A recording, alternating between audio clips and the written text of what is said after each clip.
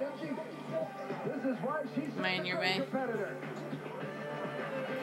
Missy Giove, who is known for her speed, trying to pull it on down here at the bottom. But Mickey Douglas, no! Missy Giove, I can't believe that! Cool, calm and collected as she flies down here to the finish line. And Missy Giove wins the gold medal.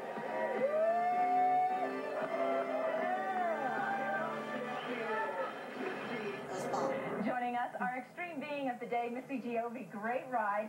Women's dual downhill gold medalist.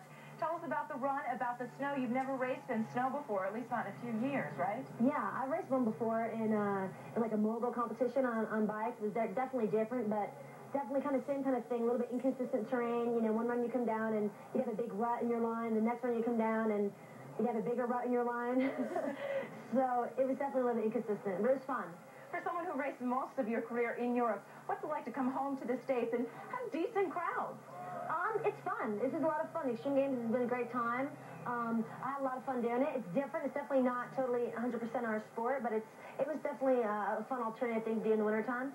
Now, a lot of the kids around here we saw surrounding you for autographs. What's that feel like? You're a rock star to them. No, I'm a rock star.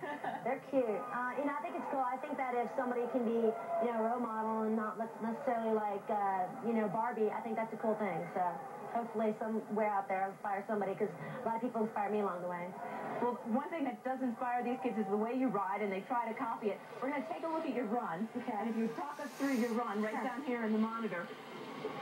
All right, well, I had a bad start there. Mickey was on a hardtail. I was on a full suspension bike, and I kind of had a bad start.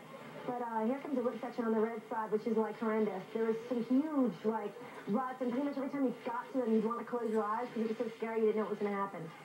And I was having trouble up the top part of the course, but the bottom section is kind of where I knew I could make it up. If I can kind of keep in this striking range, I thought I could maybe pull her on the downhill part.